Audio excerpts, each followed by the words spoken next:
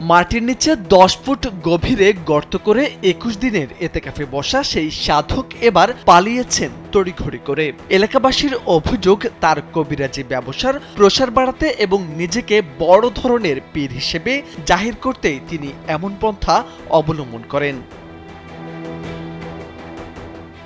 গেল কয়েকদিন ধরে বিভিন্ন গণমাধ্যম সহ সামাজিক যোগাযোগ মাধ্যমে উঠে আসে তার এসব বিতর্কিত কার্যক্রম।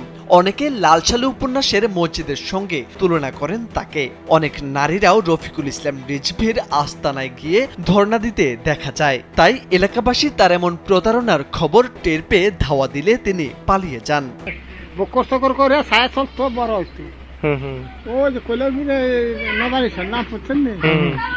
ওহার মতন হইতো বুঝলে আরেকটা করছে কথা বুঝলি বাড়াবার শীতানো যাইবো মানুষ জন্ম হয়েছে কথাটা বুঝলি।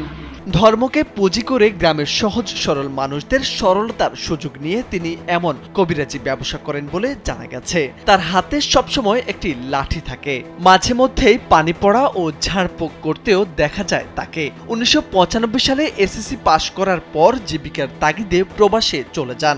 8 বছর পর প্রবাস থেকে ফিরে বাড়ির মোড়ে টং দোকানে দাওয়াখানা কবিরাজ ব্যবসা শুরু করেন তিনি। পরবর্তীতে সে আদম ব্যবসার সাথে জড়িত হতেও শোনা যায়।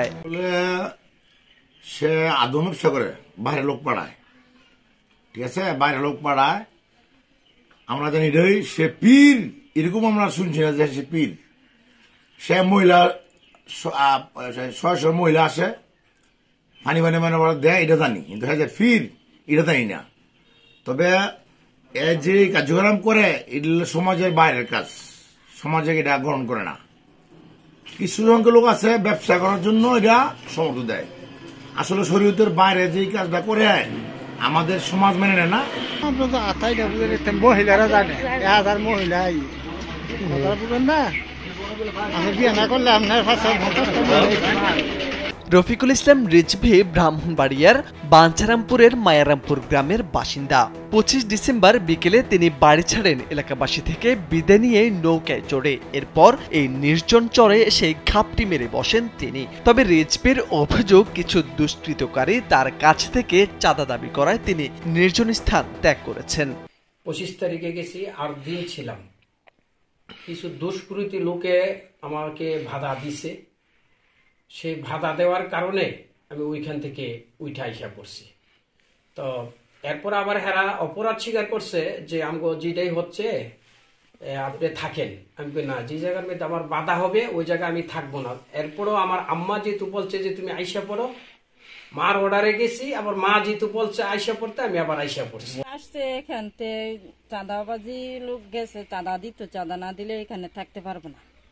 তো আমরা বলছি যে দরকার নাই, আর একটা ছেলে নিয়ে হেন থাকে, মানে রাত্রের বেলা চাঁদাবাজিকে কোনো ইয়ে নেই, যদি আবার কোনো কিছু করে এই বই আমরা এখান থেকে।